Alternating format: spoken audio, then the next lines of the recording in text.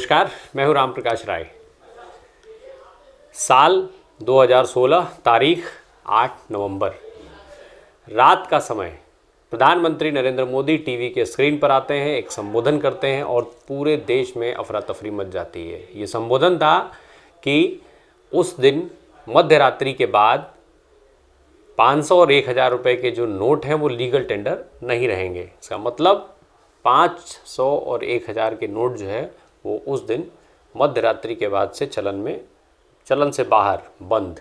आज मध्य रात्रि यानी 8 नवंबर 2016 की रात्रि को 12 बजे से वर्तमान में जारी 500 रुपए और 1000 रुपए के करेंसी नोट लीगल टेंडर नहीं रहेंगे। दरअसल प्रधानमंत्री का ये जो कदम था उसे भ्रष्टाचार पर एक बड़े चोट के रूप में जोड़ करके देखा जा रहा था। नोटबंदी का जो ये उद्देश्य था प्रधानमंत्री का, वो भ्रष्टाचार, कालाधन सहित कई मुद्दों से जुड़ा हुआ था। हालांकि बाद में इसको लेकर के पूरे देश में कई तरीके के विरोध हुए। राजनीतिक दल जो थे इसका ज़ोर शोर से उन्होंने विरोध किया। इस नोटबंदी के बाद तमाम सारी दिक्कतें हुई लोगों को बैंकों में लंबी लंबी कतारें देखने को मिली थी। उस समय कई लोगों की उसमें इन कतारों में अपनी जानें भी गंवानी पड़ी थी। इसके अलावा कई सारी दिक्कतों का सामना देश को करना पड़ा था। इन सब के बावजूद भी शुरुआती दौर में आम जनमानस का एक बड़ा समर्थन नोटबंदी के साथ था। उन्होंने इसे समर्थन दिया, इसको सही कदम माना था भारतीय जनता पार्टी का। पर आज जब नोटबंदी के 6 साल पूरे हो चुके हैं तो उस समय कई सवाल भी उठ रहे हैं इस चीज़ को लेकर के। हम बात करेंगे दोनों जो संभावनाएं हैं, जो दोनों तरफ की अलग अलग चर्चाएं हैं, जो दोनों तरफ के अलग अलग दावे हैं उनकी। दरअसल 2016 में जब नोटबंदी हुई थी उस समय प्रधानमंत्री नरेंद्र मोदी और केंद्र की सरकार के द्वारा इसका जो उद्देश्य बताया गया था कि इसको भ्रष्टाचार पर, नोटबंदी के जरिए भ्रष्टाचार पर चोट किया जाएगा, नोटबंदी के जरिए काले धन पर चोट किया जाएगा, काले धन को समाप्त किया जाएगा।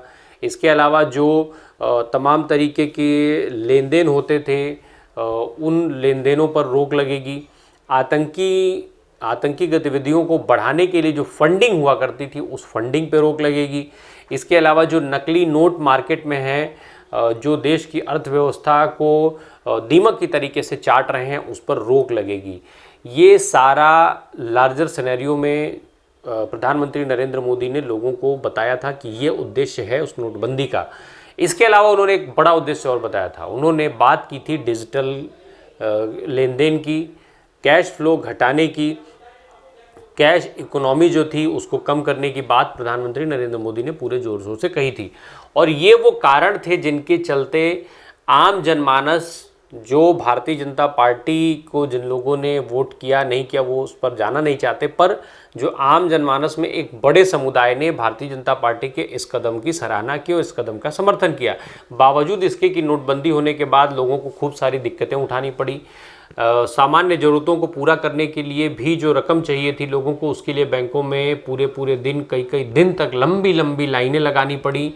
कई लोगों ने इस बैंक की इन लाइनों में अपना दम तोड़ दिया।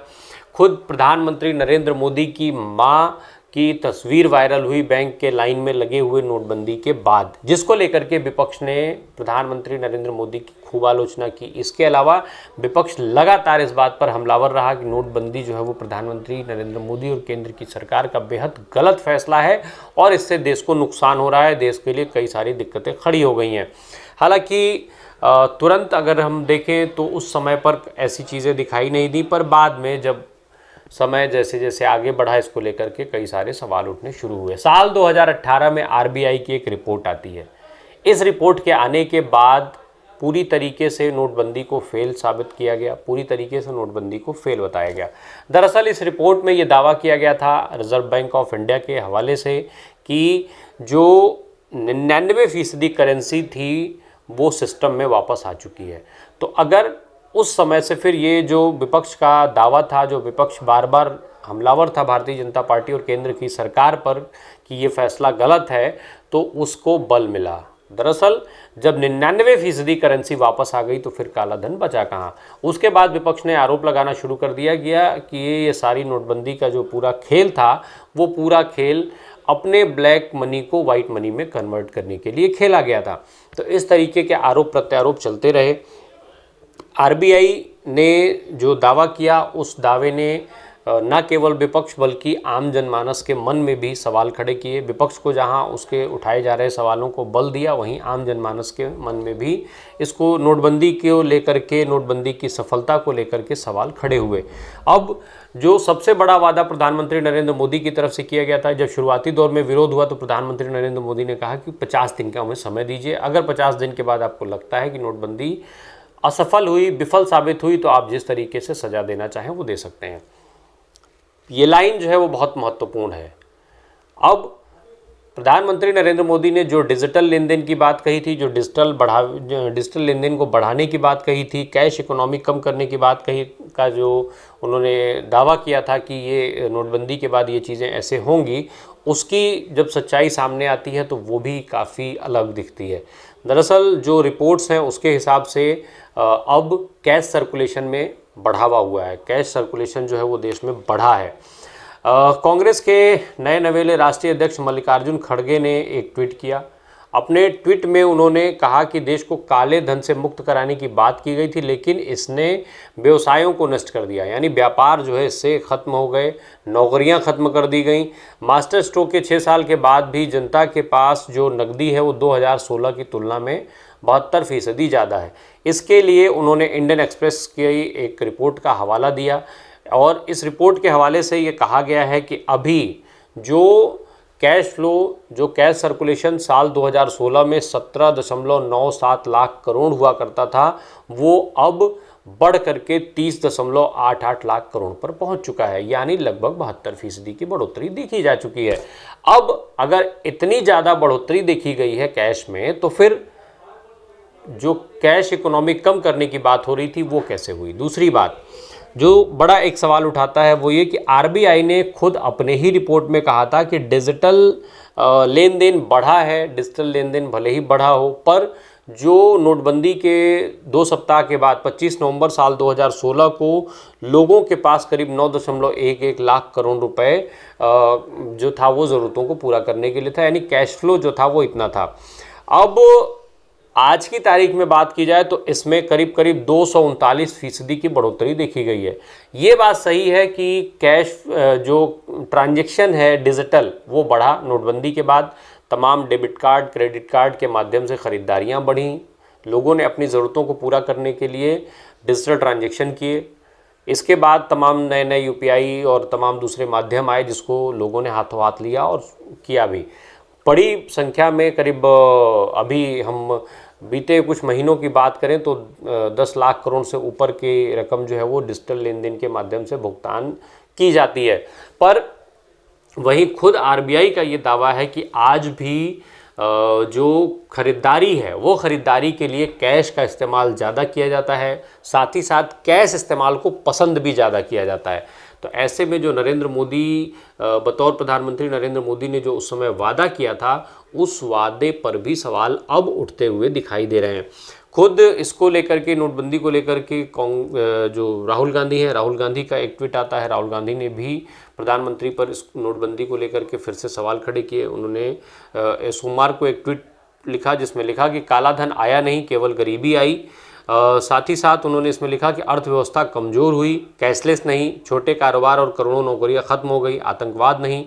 सम्राट ने 50 दिनों में लोगों को बेहतर परिणाम का भ्रम देकर भारत की अर्थव्यवस्था को ध्वस्त कर दिया। तो इस तरीके से विपक्षी दल लगातार भारतीय जनता पार्टी और केंद्र की सरकार पर नोटबंदी को लेकर के हमला करते रहते हैं। समय समय पर नोटबंदी का मुद्दा उठता रहता है। अखिलेश यादव नोटबंदी के लाइन में पैदा हुए बच्चे खजांची का हर साल जन्मदिन मनाते हैं। अब ये जो सारी चीज़ें हैं, जो दावे हैं सरकार के और जो विपक्ष के आरोप हैं, उन दोनों में बहुत असमानता दिखाई देती है। जो लगातार नोटबंदी को लेकर के भारतीय जनता पार्टी ने उसके बाद हुए चुनाव जीते, तो इससे ये साबित हुआ कि नोटबंदी का फैसला सही है। पर अब लंबे समय से ये देखा जा रहा है कि नोटबंदी का जिक्र भारतीय जनता पार्टी के नेताओं के द्वारा नहीं किया जाता है। खुद प्रधानमंत्री भी नोटबंदी का जिक्र नहीं करते हैं। इसलिए ये सवाल जो है और बड़ा बन जाता है कि आखिर क्यों नोटबंदी अगर सफल है तो फिर भारतीय जनता पार्टी के नेताओं द्वारा नोटबंदी के मुद्दे को उठाया जाना क्यों छोड़ दिया गया। दूसरी तरफ विपक्ष बार बार इसको लेकर के भारतीय जनता पार्टी और केंद्र सरकार पर हमलावर होता है। इसके बावजूद भी भारतीय जनता पार्टी की तरफ से कोई रिएक्शन नहीं आता है, जबकि तमाम मुद्दों पर देखा जाता है कि क्रिया की प्रतिक्रिया बहुत तेजी से आती है। ऐसे में ये सवाल बड़ा होता है कि आखिर क्यों विपक्ष जिस मुद्दे पर हमलावर है, सरकार उस मुद्दे को उठाना ही नहीं चाहती। सरकार और सरकार से जुड़े हुए सत्ताधारी दल के नेता इस मुद्दे पर चर्चा ही नहीं करना चाहते, उसका जिक्र तक नहीं करते। तो ये कुल मिलाकर के जो सीन है, भले ही कई सारे बदलाव देखने को भी मिले थे, हालांकि इसके कई सारे फ़ायदे भी देखने को मिले थे। उसका सबसे बड़ा फ़ायदा था टैक्स के रूप में, जो उस समय देखा गया कि नोटबंदी के बाद टैक्स कलेक्शन में बढ़ोतरी देखी गई। इसके अलावा टैक्स पेयरों की संख्या में बड़ी बढ़ोतरी देखी गई थी। हालांकि नोटबंदी के होने के बाद कई सारे सेक्टर्स में नौकरियां कम हो गई। उसके पीछे कारण बताया गया कि जो उसमें तमाम तरीके का काला धन जो निवेश था वो रुका। फिर अब जो है वो वाइट करेंसी में, वाइट मनी जो है उसमें निवेश करना पड़ा। तो ऐसे में निवेश घटा, निवेश घटने के चलते जो है व्यापार में जो तमाम नौकरियां थी वो नौकरियां गई और इसको सही रास्ते पर लाने में लंबा समय लगेगा। तमाम तरीके के जो अर्थशास्त्री हैं उनकी राय भी इस मामले में अलग अलग रहती है। हालांकि ज़्यादातर अर्थशास्त्री इसे अब वर्तमान सिनेरियो में फेल्योर्स का बताते हैं, पर वहीं कई अर्थशास्त्री ऐसे भी हैं जो इसे सही साबित करते हैं और उनके हिसाब से नोटबंदी एक सही कदम था। नोटबंदी के जो उद्देश्य सरकार द्वारा बताए गए थे वो पूरे होते दिखाई देते हैं उनके हिसाब से। बहरहाल अब हमारे और आपके बीच की बात, हमें और आपको समझना है कि नोटबंदी कितनी सफल रही कितनी नहीं। इसके जो दूरगामी परिणाम थे उसने किसके जीवन पर कितना प्रभाव डाला, ये आप हमें कमेंट बॉक्स में ज़रूर बताइएगा। बने रहिए हमारे साथ। धन्यवाद।